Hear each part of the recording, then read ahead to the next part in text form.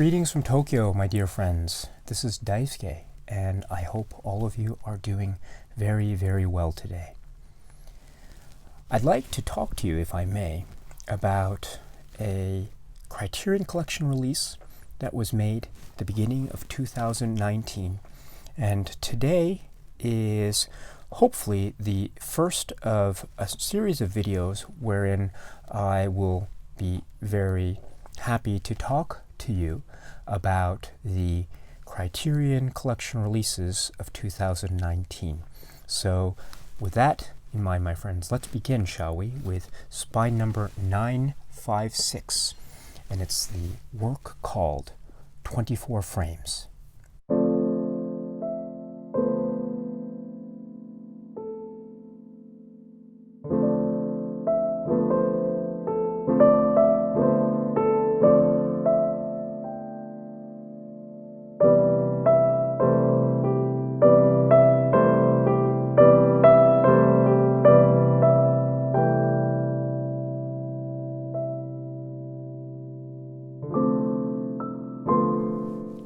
2017, this is 114 minutes, color, 5.1 surround sound, 1.78 to 1 aspect ratio, according to the back of the Criterion Collection Blu-ray release, which is what I have here.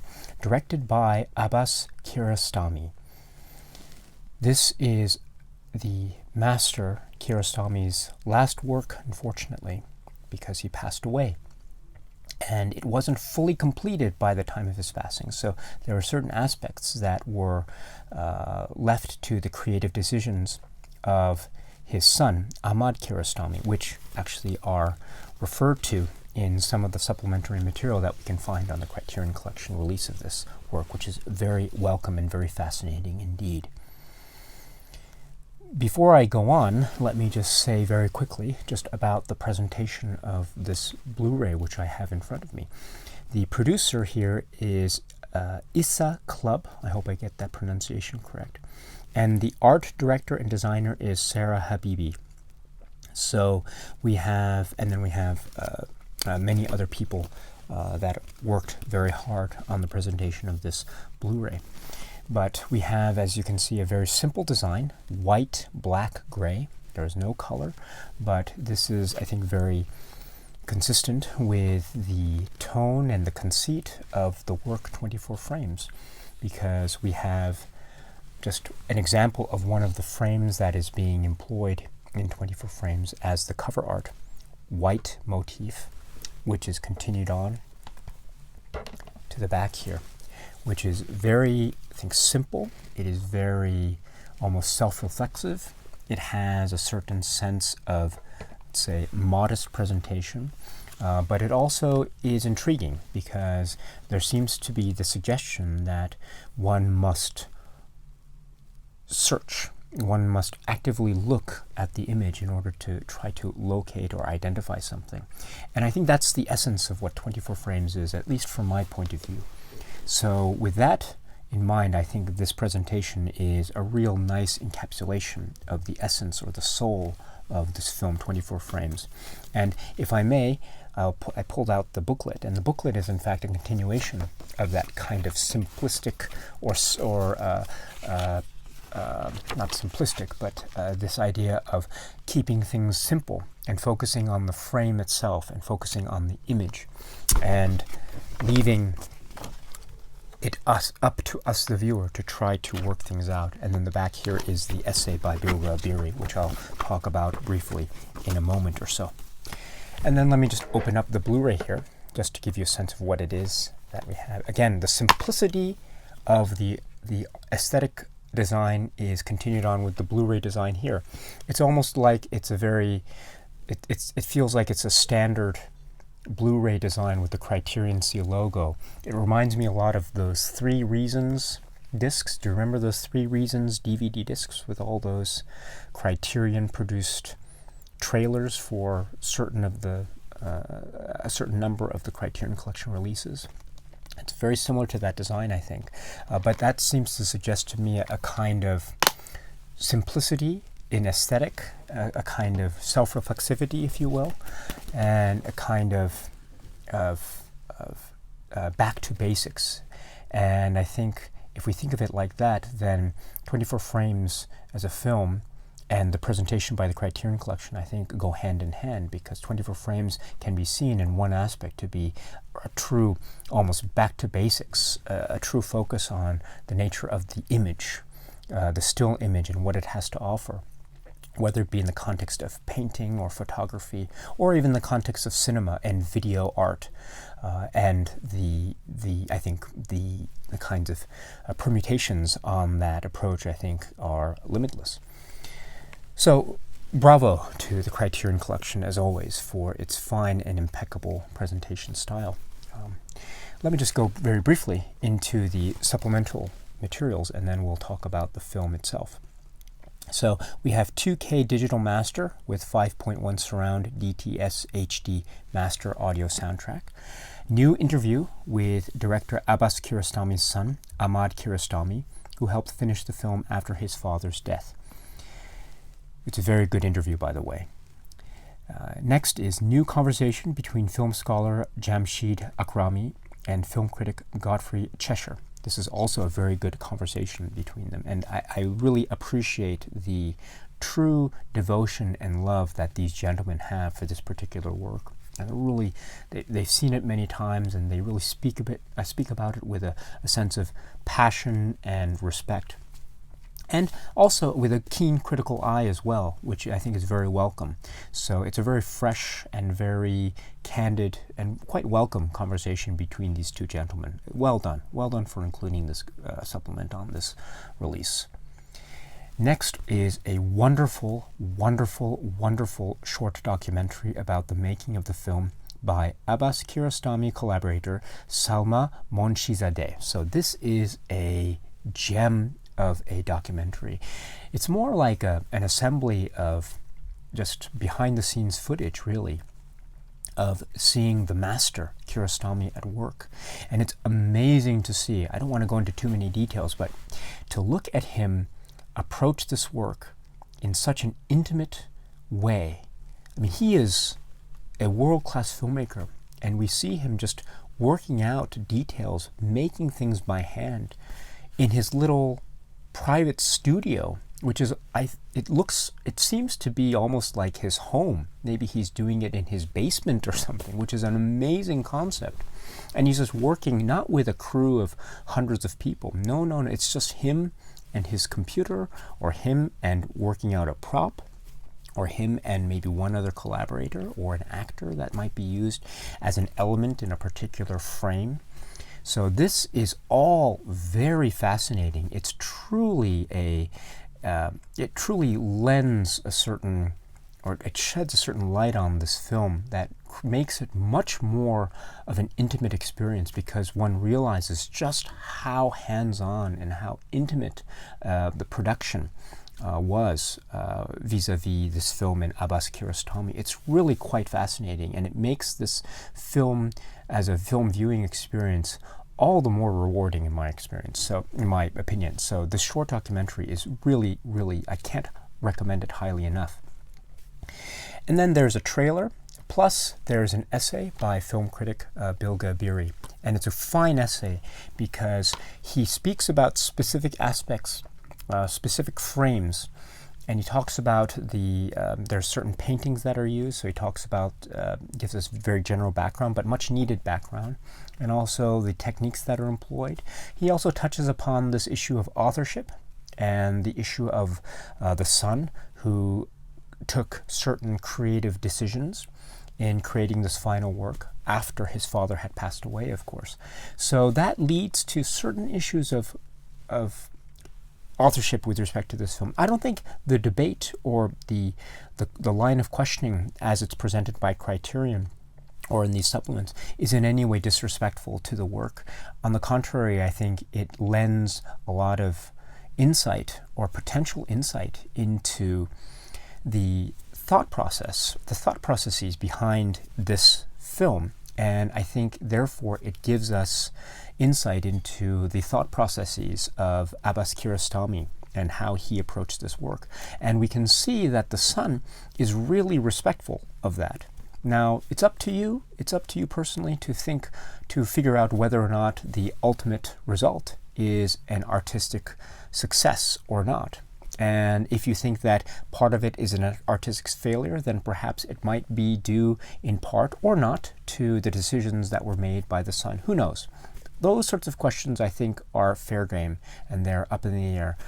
Be that as it may, of course, the debate is still very important to have, and the fact that Criterion is presenting it here in this Blu-ray in the various supplements in the essay, but also presenting it in a way that is still very respectful of the work, and still in a way that I think doesn't hurt the work, but rather it adds certain dimensions to the viewing experience, and it also it's also to the benefit of the work, I think, overall, to have this kind of debate. So I'm very happy that certain points were made by Bilge Biri in this essay. It's highly recommended. So that is the overall package and presentation by Criterion. Let me now speak very broadly and in general terms about this work. I don't want to speak about it in detail because I don't want to spoil it for you. It is still a relatively new work, having been released in 2017. And so I think it's probably very likely that maybe some of you have not yet seen it. So I don't want to give any spoilers. I don't want to describe any specific scenes or frames, because I think a lot of it is, a lot of the delight of this work is the kind of surprises that are in store for you who have yet to see this film. And so I won't be talking about any details of the frames. Let me just speak generally, of course.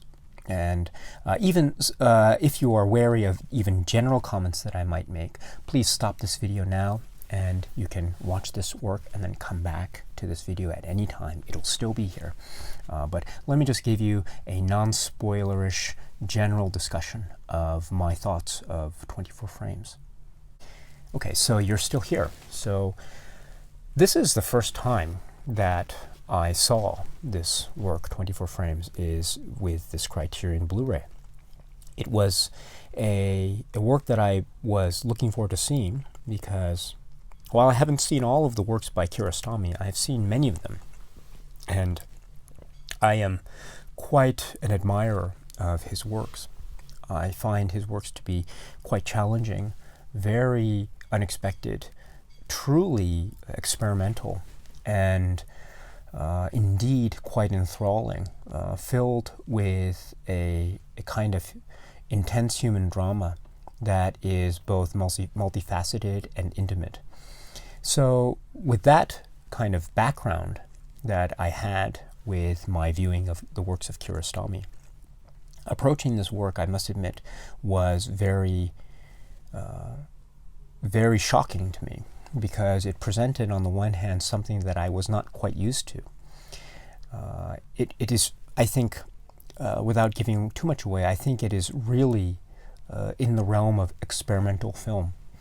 It is a film that is not based, at least in a traditional sense, in any kind of narrative framework, or it doesn't have those sorts of concerns.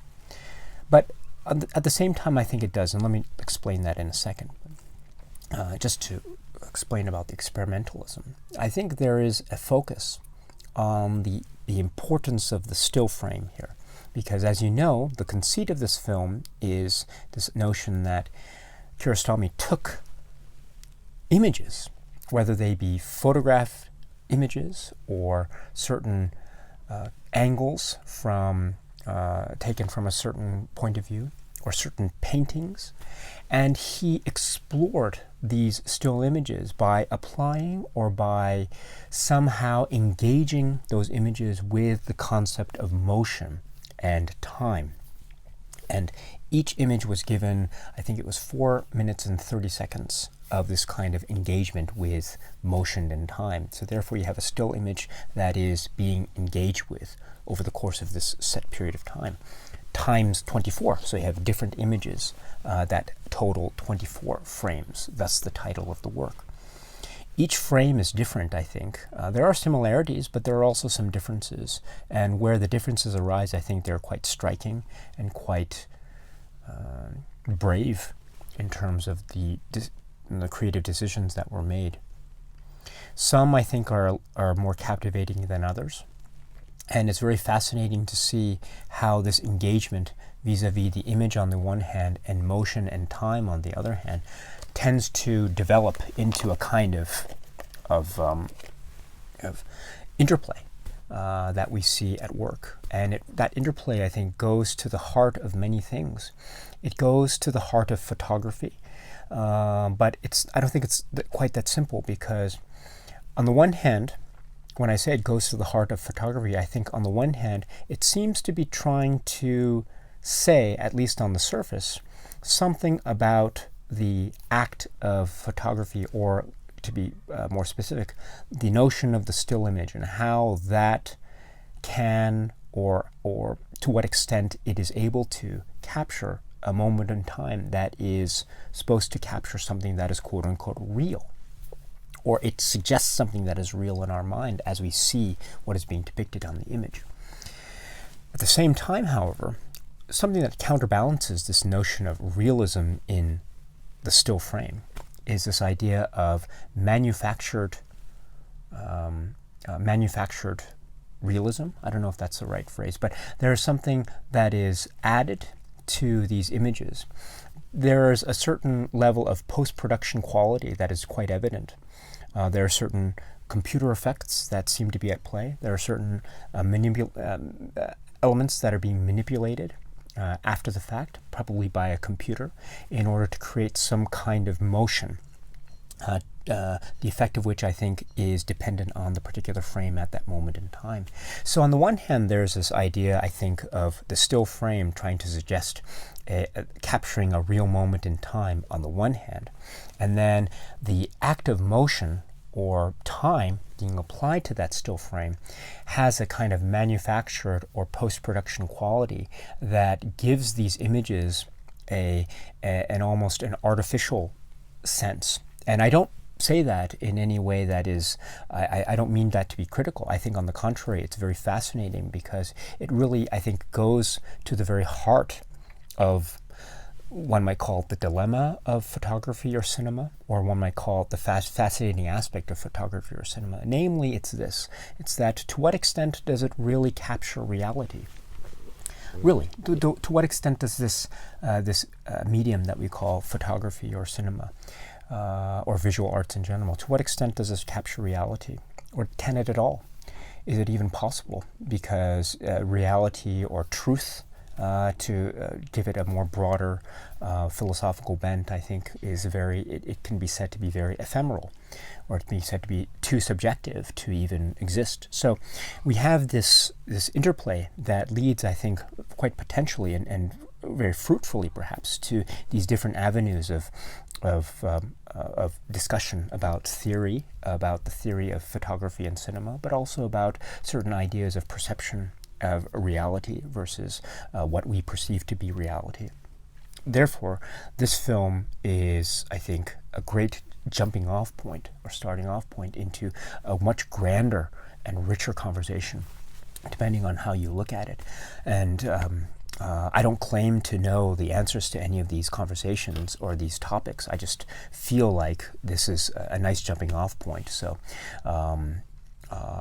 this work is so multifaceted, and I'm so glad that I was able to see it. There are also other aspects that I think are quite fascinating here, and let me just touch on them very briefly, which is that this is the idea of the still frame, and there's no movement, there is no sense of editing within each of these segments. So it might seem like they are just frames and stuff just happens, I don't know, and that's it, for 4.5 minutes, and that's it. So maybe it might seem like nothing happens, but I would suggest, actually on the contrary, that each of the frames is suggestive of some kind of, for lack of a better phrase, story or some kind of development. And this is fascinating. This is really fascinating to me. You know, a film or narrative work has maybe a general plot structure, maybe a 3-act structure, A, B, C or something, or narrative arc, characters engaging with certain plot or narrative devices that lead to a conclusion in the 3rd act or something like that. So there's some kind of action, development, consequence, and denouement or conclusion. I would suggest that that kind of interplay is at work even within these still frames. It's where the story is being ignited. Now that's the question. And each frame, I think, has a certain level of nuance and subtlety. But there is a lot going on. It's not just a photo. I mean, I think that's very, maybe that might be very, and I don't mean to suggest that even a photo is something that where nothing goes on. I think on the contrary, photos and photographs are quite dynamic. But the point here, I think, is not just still photography, because it's the very act of the application of time and motion that makes this work, the 24 frames by Abbas Kiarostami. It's not, in other words, it's not a collection of still photographs. These are photographs, these are images that are being engaged with in terms of motion and time. So that is what we have to work with if we're engaging with this work, at least from my point of view. So with that in mind, I would suggest that each of the frames is itself its own story, its own narrative, its own drama. And it's the drama of the everyday or mundane, or it's the drama of the wonderful and inexplicable and inscrutable, or it's the drama of the truly magical and quite poetic. It's nothing flashy, though. There's nothing overtly exciting or explosive. It's all in the context and the grammar that's being set up within these frames. So it's almost like it's a story about everything and about nothing at the same time. It's a story of everyday nature, but those little things, even though they might appear to be little, do, at least from a certain point of view, have the potential of having quite dramatic consequences. What makes it more fascinating, of course, is that these developments seem to be applied after the fact. In other words, they're not capturing true reality of certain moments that are being shot over the period of 4.5 minutes. These appear to be aspects that are being applied on purpose by the filmmaker, by the artist. So there are certain, how shall I put it, creative decisions that are at play with each single movement of the frame. And that's what makes this viewing experience so fascinating to me. Why was this movement applied here at this particular time? Why was that movement applied here at that particular point? Why was this sound applied at this particular time? Why was this piece of music applied at this particular time and allowed to crescendo at point here? What makes, therefore, this point significant in the context of this frame? And therefore, if we step back, how does that impact my viewing of this? And thus, how does that affect my notion, or what I am trying to think in my head as being this idea of me trying to deal with, on the one hand, the concept of the still image, on the other hand, how motion and time can affect that still image. So all this comes together in a way that is really fascinating to me. And as I said, I don't have all the answers. I don't know what it is in the end ultimately that I feel, because I am not an expert. I'm not a filmmaker. I'm not a photographer. I don't know these things. But in terms of a visual experience as a viewer and my own, how should I put it, my own very maybe beginner level instincts, if you will, I think that the discussions that can be had based off of the potential that is being on display in 24 frames, in each of the frames in 24 frames, is utterly fascinating and truly, truly a remarkable, intimate experimental work by the late and great and sorely missed Abbas Kiarostami. Okay, my friends, that's it. So if you are on the fence about getting this or not, please do. I strongly suggest that you do. I'm not sure if this is available on the Criterion channel, the streaming service by the Criterion channel, by the Criterion Collection, excuse me. If it is, I would strongly suggest you watch it. It's also 24 frames, so it seems a little bit episodic. So it might seem like you can watch a little bit and stop, and you can watch a little bit again and stop. I think that's a perfectly fine approach. It really depends on you and your schedule. I know a lot of people are busy and maybe are limited with time, so I perfectly understand if that's how you want to approach this work. I would, however, suggest that if it's at all possible, try to watch this work in one sitting, because I think there is a kind of gentle interplay among the frames or between certain frames and others that is subtle and quite potentially profound in terms of what one frame might have to offer vis-a-vis something else. It's the idea of experiences and feelings and our perceptions of what we are looking at on the screen as we are seeing the things unfold before our very eyes. And so I think as an overall experience, I would strongly suggest watching it in one sitting. Although, of course, I understand one's schedule can be busy, so I completely understand. So please feel free to watch it in your own way. And if you have watched this film, please let me know what you think. I'd love to hear your thoughts, because this is a film, as I said, that I've seen only vis-a-vis the Criterion Collection. And so I don't feel very experienced with this work. And it's also a very new work, 2017 release. So I think I need to examine it more. But I feel like that maybe with your help and your discussion points, maybe I might find more to appreciate, and more to more value and more fascinating aspects to discover with this film that I have yet to discover. So with your help, I hope I can continue on my journey with this utterly fascinating work, 24 frames. So with that, my friends, please feel free to leave a comment below, and I'd love to have a discussion with you about this work. Okay, my friends, that's it. So thank you very much, and I hope to continue this discussion of the new releases of the Criterion Collection in 2019 going forward. So I hope to see you in the next video. Until then, my friends, please be happy and healthy and well, and please, please, please keep on watching a lot of great, great films. Until we meet again, cheers.